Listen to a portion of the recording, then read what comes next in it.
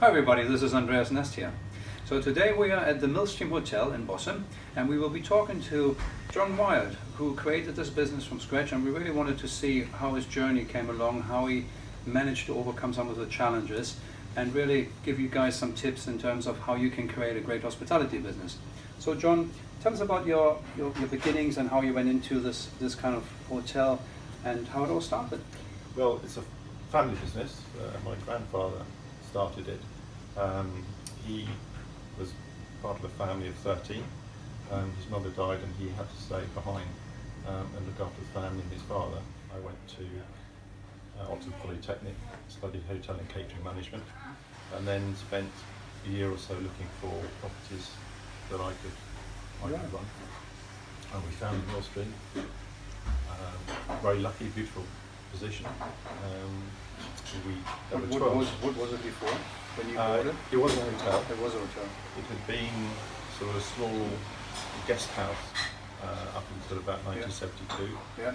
And the person who then bought it had an extension, modernised it, and converted it into a small 12-bedroom hotel. Mm-hmm. And after about 4 years, he found that it was a bit too much for him, too much responsibility, too much work. So he put it on the market. We found it, we bought it. I've been here 40 years, so over that period of time, we've extended it.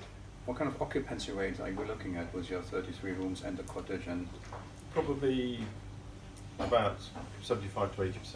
All right. So going back over the last 40 years, what do you think was your biggest achievement then? Was it just to extending it, or was it something else that you feel is really memorable in your mind? I think building a business which is has been successful. We started off small, we've developed it, we've increased it, we've improved the standards. We've got our main restaurant is to AA Rosette, and we've built an excellent team of staff. The staff are the most important part of the business.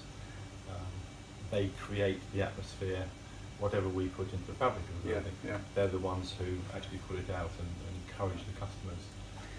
And so when you choose your staff, do they go through a training program, an in-house training program, or do you choose them because of their experience with other places before they come to you, or what? A bit of both. They will have been trained, if they come from somewhere else, they would have been trained in the ethos of that business that they've been in. So they will not be not really be capable of doing what we want them to do. They will be. We obviously choose them because they are able, but we have to refine to our requirements what they want. So we do in-house training. So when you employ a new staff or interview a new staff member, do you rather choose them on their attitude rather than their skill set? Again, it's both. It's a balance.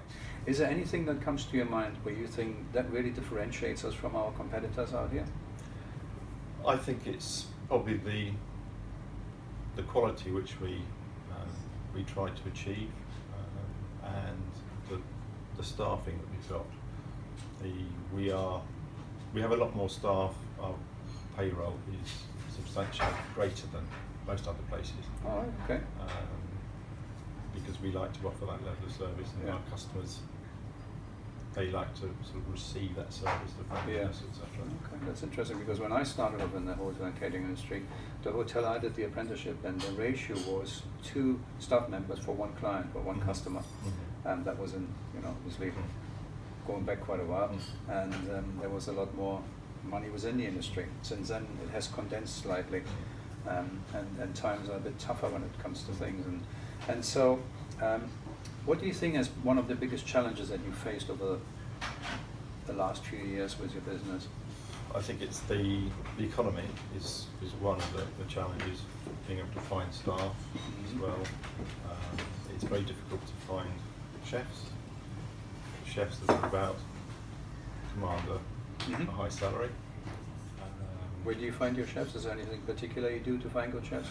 through an agency. Through an agency. So because that's a problem for a lot of hospitality businesses, find good, reliable chefs. yes. So you use an agency, yeah? Use an agency. Obviously, agency fees are costly, Yeah. and if a member or chef doesn't work out, we end up paying a proportion. Obviously, they don't last for more than a month or so. We don't pay anything, but if they last for a few months, we will pay a proportion. Yeah. Right.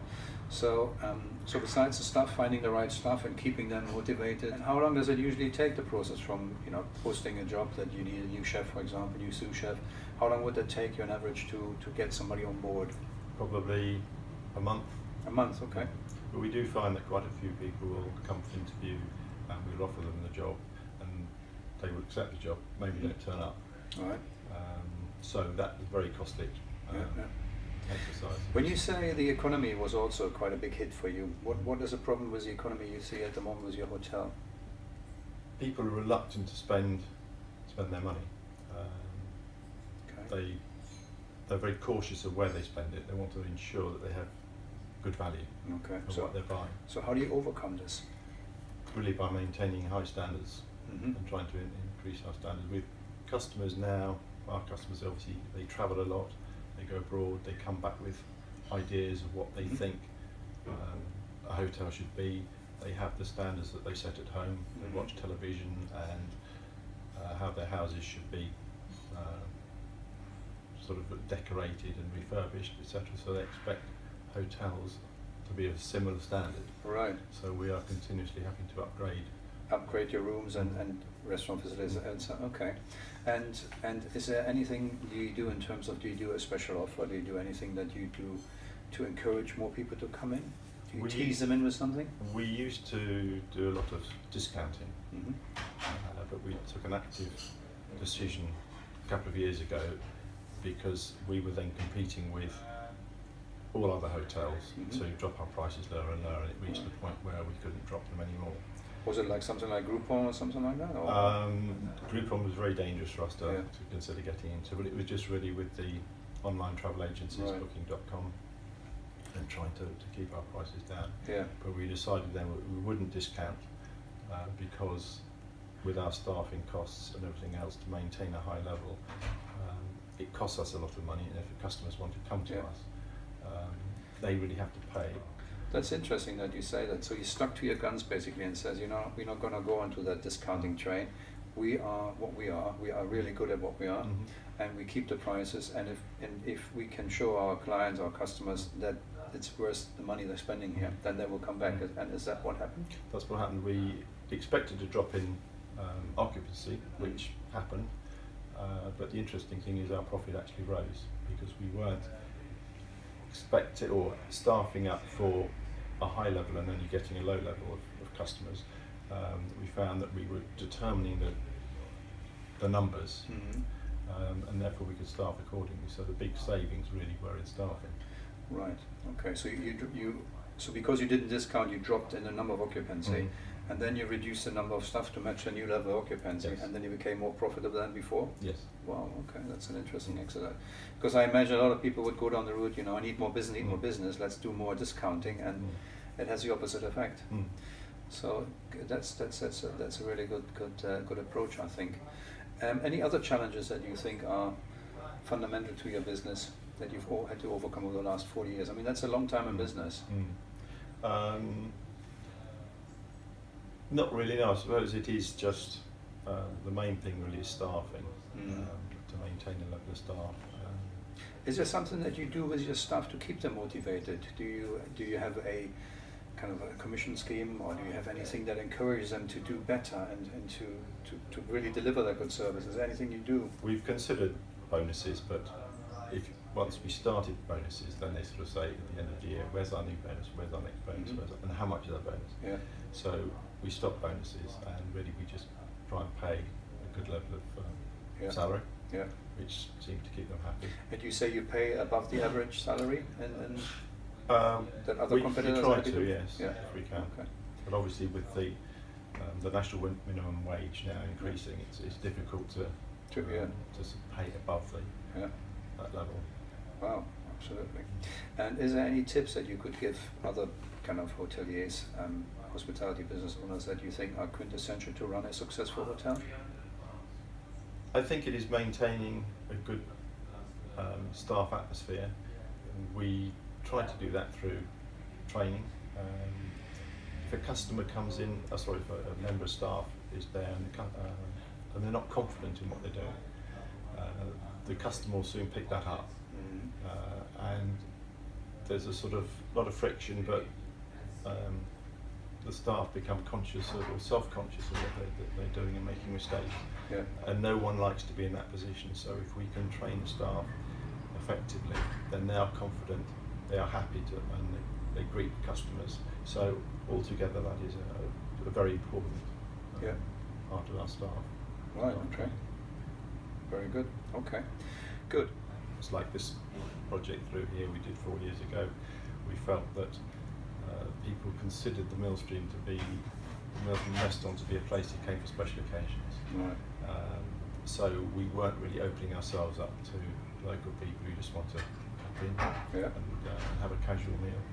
So we created this outer part of the restaurant area, Which is called the brasserie. Yeah? This is called the brasserie, and it's very popular, and it gives people in the locality a chance to come to the Millstream and just have a cup of coffee in comfort. They can have a light snack, and they're relaxed. The main restaurant is a two rosette restaurant, where it's more formal, and that works well. And the residents in the hotel, so they then got the choice as to what they want to do. Right. So you have a lot of return business? It's probably about 70% return business. 70% return business? Blimey, that's good. Which, that becomes a problem in its own right, because then it's trying to find new people to come in, younger generation to come in, and it's almost sort of bed blocking. And, we don't have the rooms to get the younger people in. And right. Well, John, it's been smashing. Thank you very much for your time. You're welcome. And really appreciate it. And good luck with everything. And well, thank you, Andreas. Thank you very much. Okay.